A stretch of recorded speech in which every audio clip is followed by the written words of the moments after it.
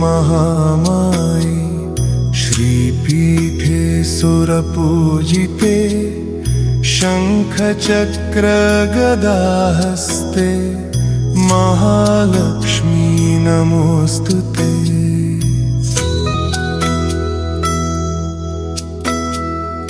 नमस्ते गरुडारूढे कुलासुरभयङ्करी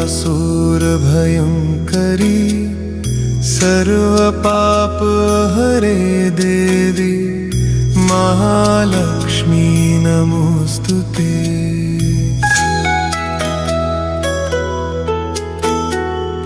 सर्वज्ञे सर्ववरदे सर्वदुष्टभयङ्करी सर्वदुःखहरे देवी महालक्ष्मी नमोऽस्तुते।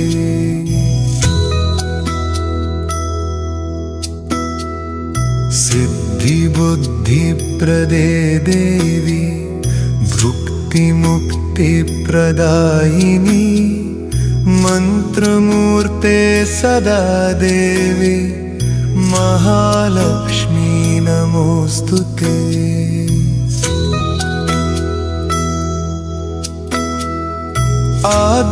आद्यन्तरहिते देवी आद्यशक्ति महेश्वरी योगजे योगसम्भूते महालक्ष्मी नमोऽस्तुते।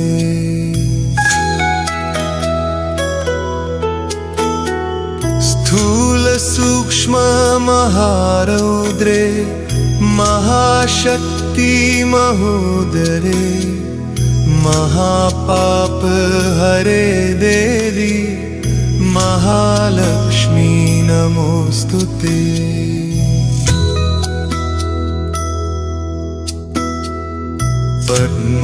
पद्मासनस्थिते देवी परब्रह्मस्वरूपिणी परमेशी जगन्मातर महालक्ष्मी नमोऽस्तुते।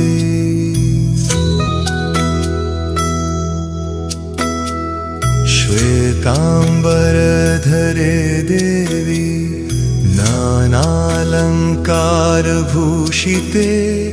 जगत्स्थिते जगन्मातर महालक्ष्मी नमोऽस्तुते।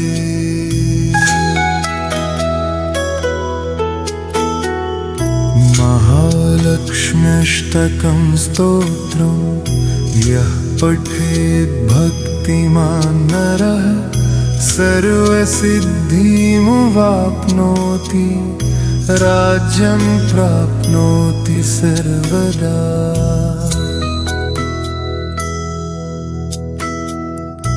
एककाले पठेन् नित्यं महापापविनाशनं द्विकालं यः पठेन् नित्यं धनधान्यसमन्वितः।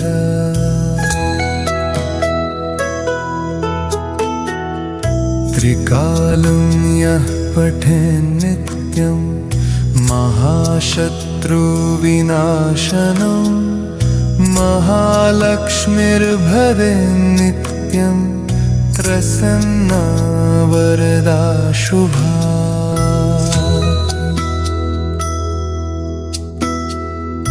नमस्तेऽस्तु महामाये श्रीपीठे सुरपूजिते शङ्खचक्रगदाहस्ते महालक्ष्मी नमोऽस्तुते।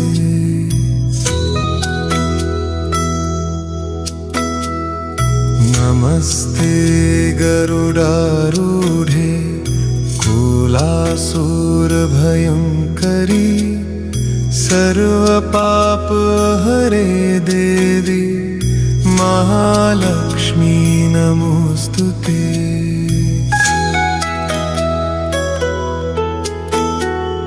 सर्वज्ञे सर्ववरदे सर्वदुष्टभयङ्करी सर्वदुःखहरे देवी महालक्ष्मी नमोस्तुते।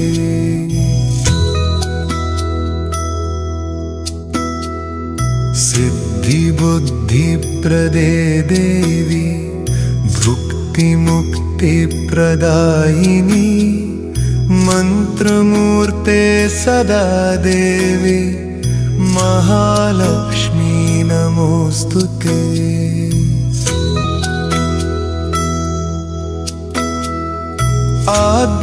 आद्यन्तरहिते देवी आद्यशक्ति महेश्वरी योगजे योगसंभूते महालक्ष्मी नमोस्तुते।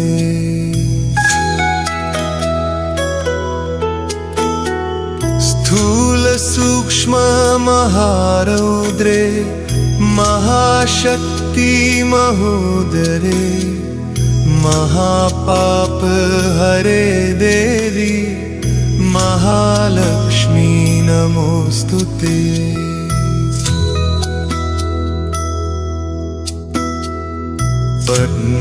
पद्मासनस्थिते देवी परब्रह्मस्वरूपिणी परमेशी जगन्मातर महालक्ष्मी नमोस्तुते।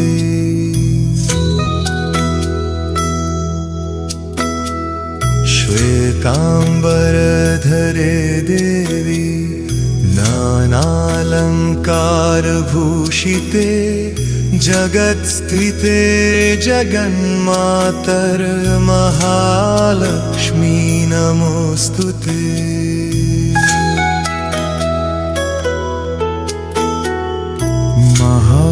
महालक्ष्म्यष्टकं स्तोत्रं यः पठेत् भक्तिमान् नरः सर्वसिद्धिमुवाप्नोति राज्यं प्राप्नोति सर्वदा।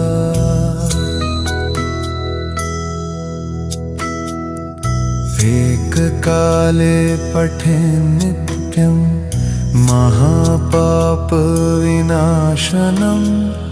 द्विकालं यः पठेन् नित्यं धनधान्यसमन्वितः।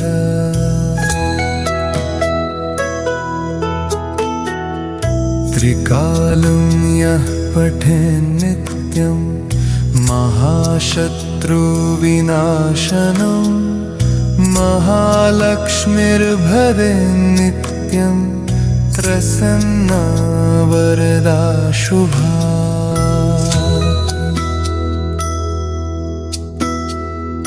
नमस्तेऽस्तु महामाये श्रीपीठे सुरपूजिते शङ्खचक्रगदाहस्ते महालक्ष्मी नमोस्तुते।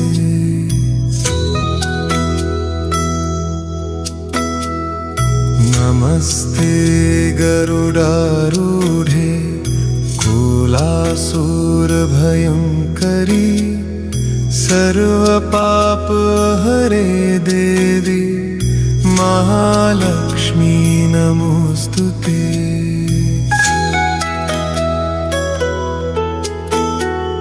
सर्वज्ञे सर्ववरदे सर्वदुष्टभयङ्करी सर्वदुःखहरे देवी महालक्ष्मी नमोस्तुते।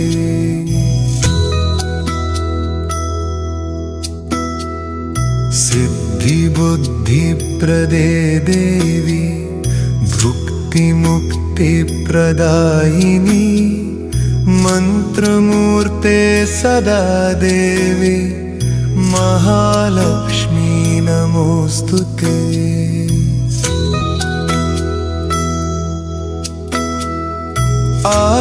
आद्यन्तरहिते देवी आद्यशक्ति महेश्वरी योगजे योगसंभूते महालक्ष्मी नमोस्तुते।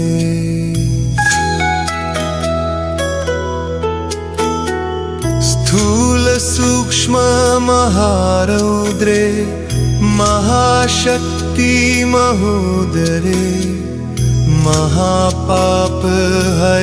देवी महालक्ष्मी नमोस्तुते।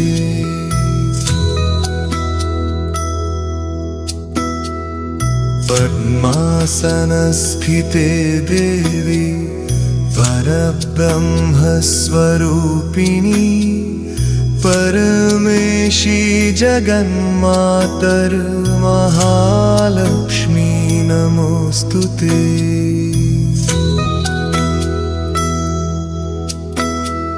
श्वेतांबरधरे देवी नानालंकारभूषिते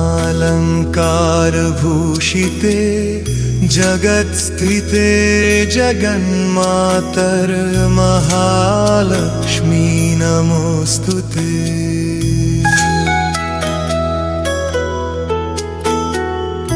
महालक्ष्म्यष्टकं स्तोत्रं यः पठेत् भक्तिमान् नरः सर्वसिद्धिमुवाप्नोति राज्यं प्राप्नोति सर्वदा।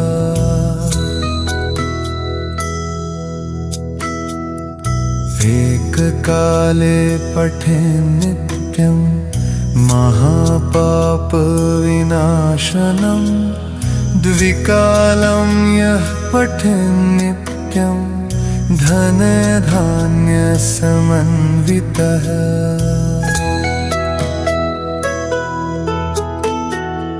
त्रिकालं यः पठेन् नित्यं महाशत्रुविनाशनं महालक्ष्मीर्भवेन् नित्यं प्रसन्ना वरदा शुभा।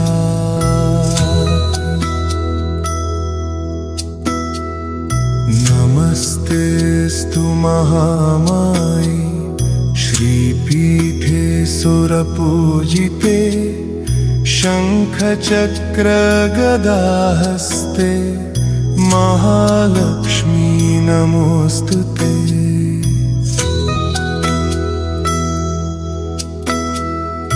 नमस्ते गरुडारूढे कुलासुरभयङ्करी सर्वपापहरे देवी महालक्ष्मी नमोस्तुते।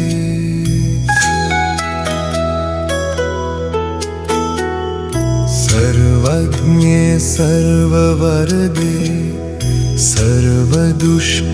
सर्वदुष्टभयङ्करी सर्वदुःखहरे देवी महालक्ष्मी नमोस्तुते।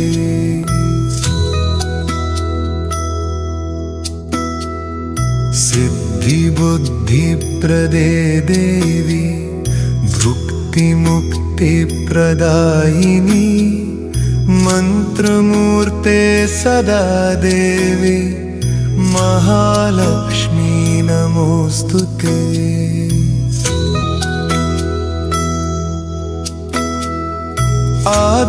आद्यन्तरहिते देवी आद्यशक्ति महेश्वरी योगजे योगसम्भूते महालक्ष्मी नमोस्तुते।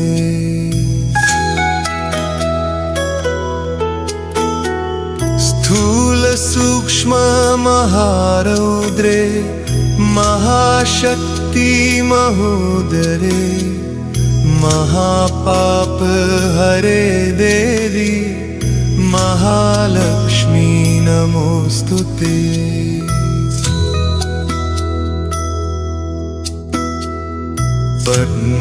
पद्मासनस्थिते देवी परब्रह्मस्वरूपिणी परमेशी जगन्मातर महालक्ष्मी नमोस्तुते।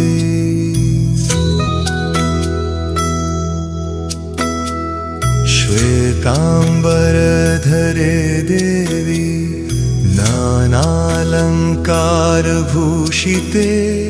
जगत्स्थिते जगन्मातर्महालक्ष्मी नमोऽस्तुते।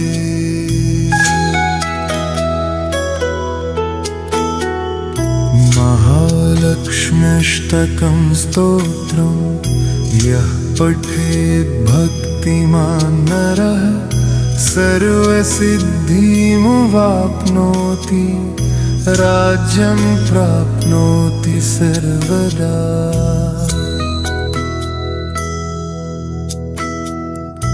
एककाले पठेन् नित्यं महापापविनाशनं द्विकालं यः पठेन् नित्यं धनधान्यसमन्वितः।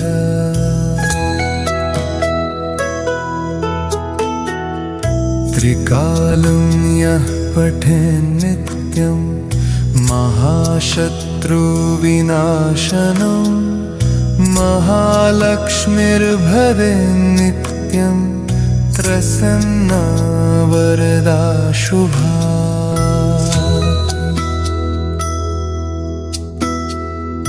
नमस्तेऽस्तु महामाये श्रीपीठे सुरपूजिते शङ्खचक्रगदाहस्ते महालक्ष्मी नमोऽस्तुते।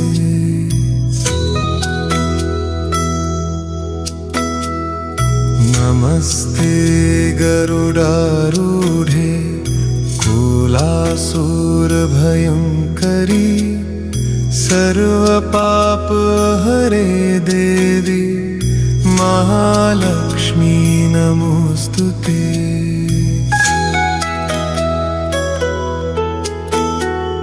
सर्वज्ञे सर्ववरदे सर्वदुष्टभयङ्करी सर्वदुःखहरे देवी महालक्ष्मी नमोऽस्तुते।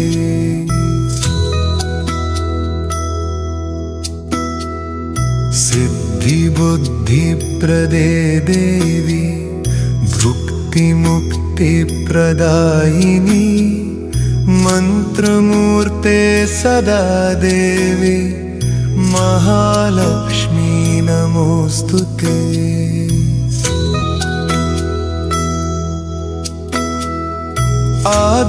आद्यन्तरहिते देवी आद्यशक्ति महेश्वरी योगजे योगसम्भूते महालक्ष्मी नमोऽस्तुते।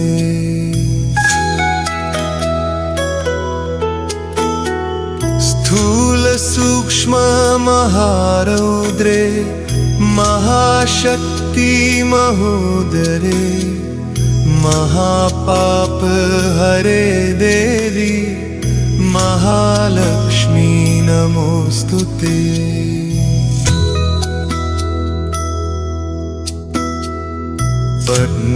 पद्मासनस्थिते देवी परब्रह्मस्वरूपिणी परमेशी जगन्मातर्महालक्ष्मी नमोऽस्तुते।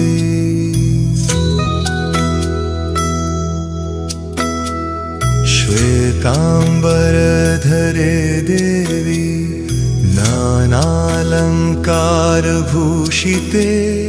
जगत्स्थिते जगन्मातर्महालक्ष्मी नमोऽस्तुते।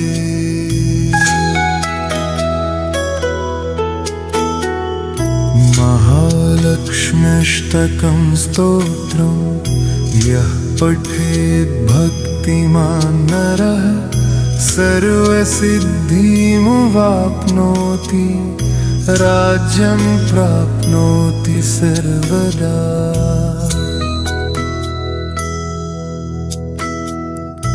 एककाले पठेन् नित्यं महापापविनाशनं द्विकालं यः पठेन् नित्यं धनधान्यसमन्वितः।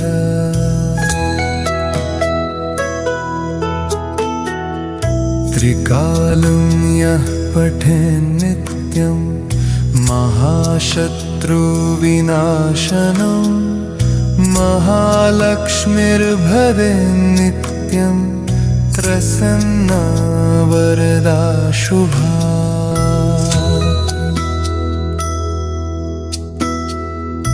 नमस्तेऽस्तु महामाये श्रीपीठे सुरपूजिते शङ्खचक्रगदाहस्ते महालक्ष्मी नमोऽस्तुते।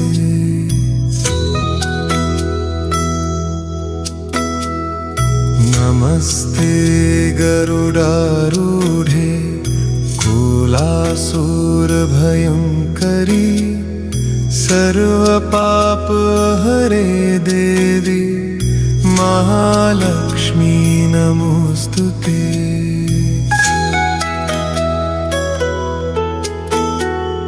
सर्वज्ञे सर्ववरदे सर्वदुष्टभयङ्करी सर्वदुःखहरे देवी महालक्ष्मी नमोऽस्तुते।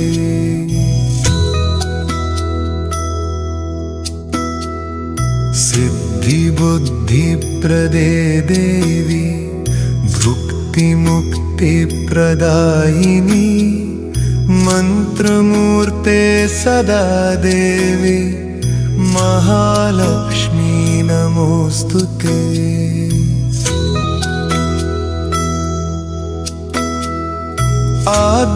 आद्यन्तरहिते देवी आद्यशक्ति महेश्वरी योगजे योगसम्भूते महालक्ष्मी नमोऽस्तुते।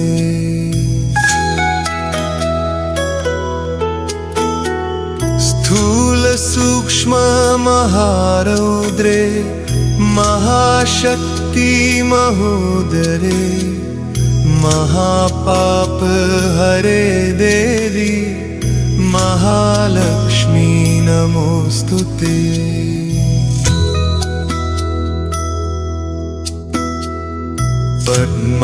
पद्मासनस्थिते देवी परब्रह्मस्वरूपिणी परमेशी जगन्मातर महालक्ष्मी नमोऽस्तुते।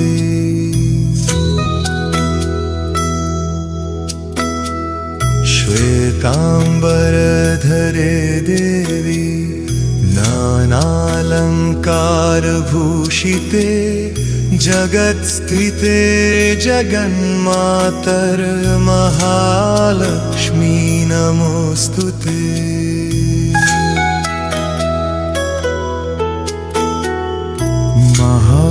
महालक्ष्म्यष्टकं स्तोत्रं यः पठेत् भक्तिमान् नरः सर्वसिद्धिमुवाप्नोति राज्यं प्राप्नोति सर्वदा।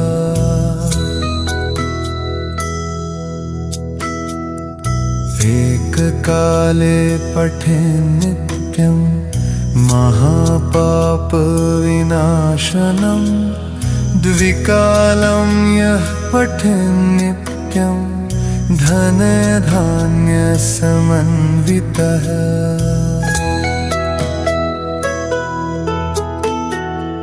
त्रिकालं यः पठेन्नित्यं महाशत्रुविनाशनं महालक्ष्मीर्भवेन्नित्यं प्रसन्ना वरदा शुभा।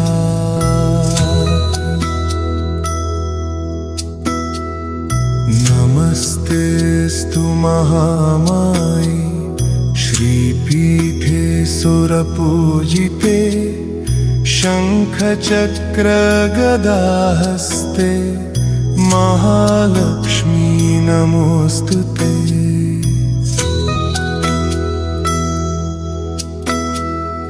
नमस्ते गरुडारूढे कुलासुरभयङ्करी सर्वपापहरे देवी महालक्ष्मी नमोस्तुते।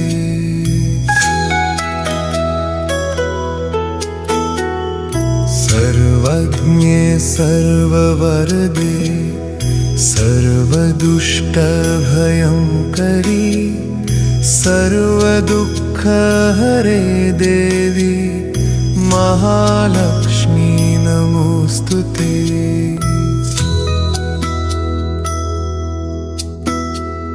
सिद्धिबुद्धिप्रदे देवी भुक्तिमुक्तिप्रदायिनी मन्त्रमूर्ते सदा देवी महालक्ष्मी नमोस्तुते।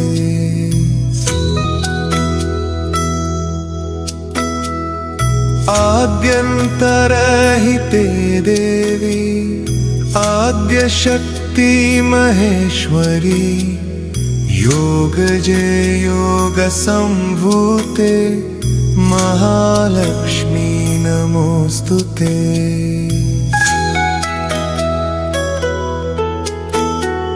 स्थूल सूक्ष्म महारौद्रे महाशक्ति महोदरे महापाप हरे देवी महालक्ष्मी नमोस्तुते।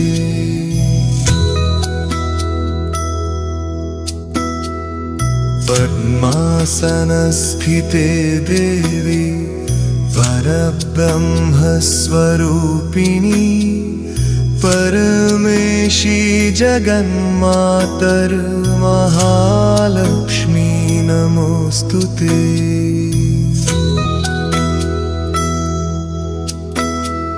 श्वेतांबरधरे देवी नानालंकारभूषिते जगत्स्थिते जगन्मातर महालक्ष्मी नमोस्तुते।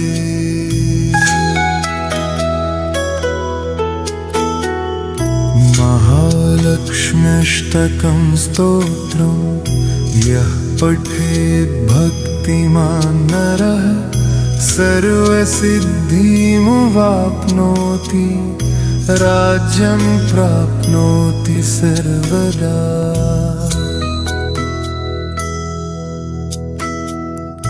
एककाले पठेन् नित्यं महापापविनाशनं द्विकालं यः पठेन् नित्यं धनधान्यसमन्वितः।